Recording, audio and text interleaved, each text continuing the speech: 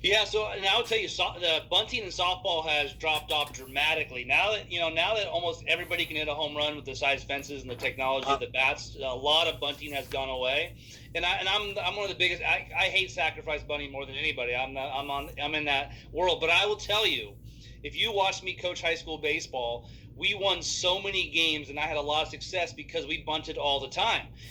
For me, I love bunting. I love drag bunting, push bunting.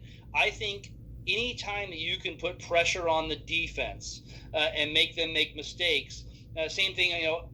The biggest mistake I think a lot of hitters do is by never showing bunt, softball or baseball, they can always play.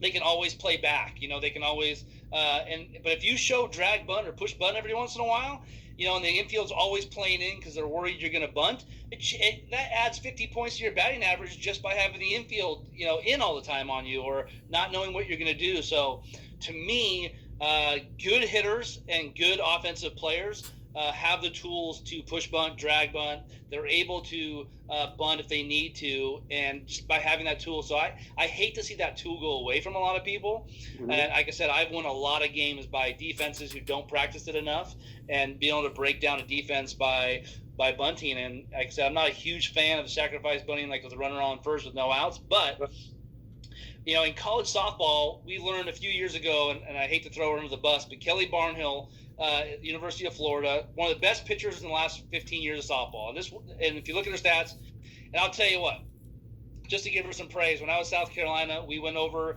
to, and we were so prepared for Kelly Barnhill. Every one of our hitters had an individual hitting plan, and we were dialed in on Kelly Barnhill. I think we struck out 14 times, and she one hit us. I think she had a no-hitter going to the last inning, so totally owned us. But one thing about Kelly that we learned in the World Series one year was she struggled with fielding bunts right at her, throwing to first base. Some pitchers struggle with fielding bunts and throwing to first base. And some teams went after her for that and ended up costing them a lot of runs. So, it's a perfect example of knowing what the defense is like, knowing if you have a pitcher that can't field bunts very well.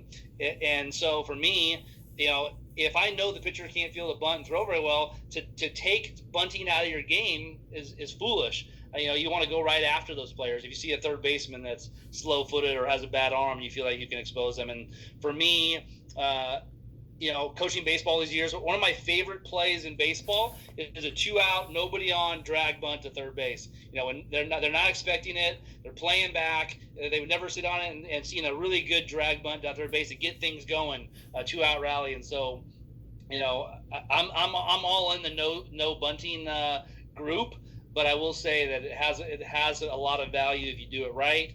And I love to see offenses that put pressures on the defense and get that defense to collapse. And I think base running is a big part of that too. I love aggressive base running. I would say at Fresno State this year and throughout the years that I've been a part of offenses that we've scored a ton more runs just by being really aggressive on the bases.